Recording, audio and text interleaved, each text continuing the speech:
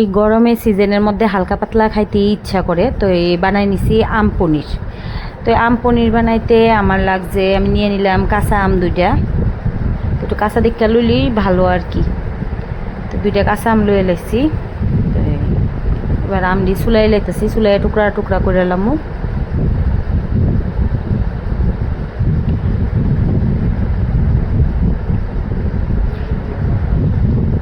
এবার আলু লইয়ে নিলাম কটা টুকরা টুকরা করে, সেটা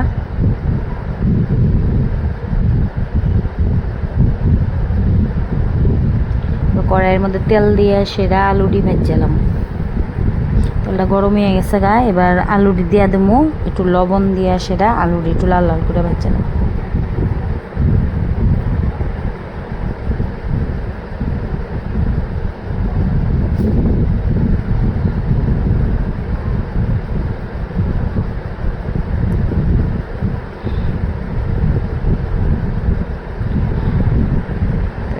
এবার ঢাকা দেবো, দিয়ে সেটা আলুটি ভেজালাম। এবার অন্যদিকে আমি পনির লয়ে এলাম, 500 গ্রাম পনির লয়ে নিছি। এবার এর মধ্যে দিয়ে এলাম হালকা একটু নুন, মানে এই তো হাফ চামচের মতো নুন, হলুদের গুঁড়া হাফ চামচ,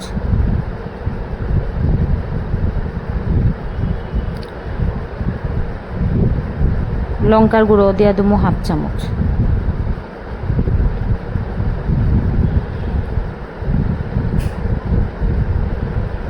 এবারে 1 চামচ তেল দিয়ে দেবো।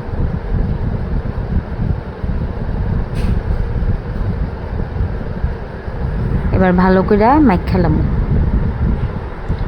মাখা 2-3 মিনিট রাখুন।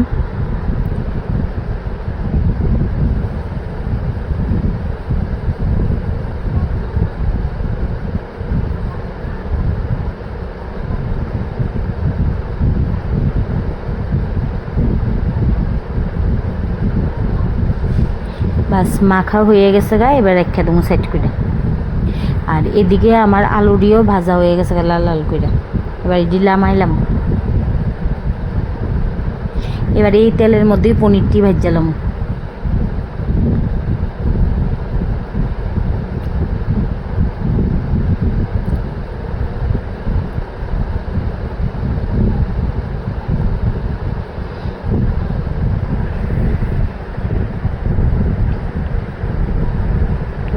এই দেখো পনিরটিও ভাজা হয়ে গেছে লাল লাল করে, সেটা এবার নামাইলাম।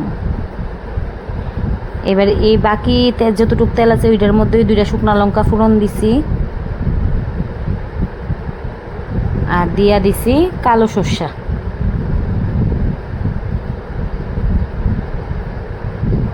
এবার সর্ষাটি ফুটটা উঠলে এটার মধ্যে দিয়া দেবো কাঁচা আমড়ি।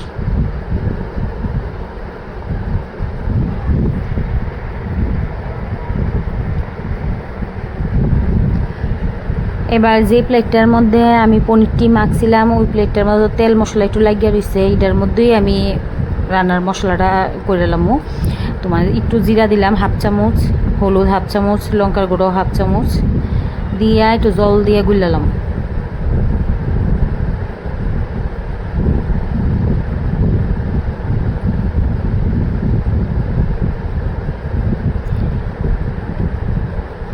এবার গুল্লা সেরা দিয়া দেবো আমড়ির মধ্যে, মশলাটা ঢাইলা দেবো, দিয়া একটু ভাজা ভাজা করুম তো মশলাটা।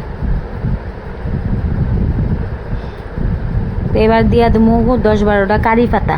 কারি পাতা তোমরা সোমবারও দিতে পারো, আমি মশলাটা সময় দিই, আমার মনে হয় এইভাবে দিলে সেন্টটা ভালো ওঠে।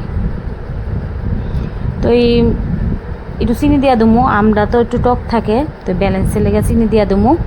এই মশলাটা ভাজা গেছে পরে আমি আলু আর পনিরটাও ঢাইলা দেবো, দিয়া দেবো জল, মানে ঝোলটা দিলাম আর কি। তো এই ফুটটা উঠছে ঝোলটা, এবার নামাইলাম। তো যে যদি ভালো লাগে তাহলে লাইক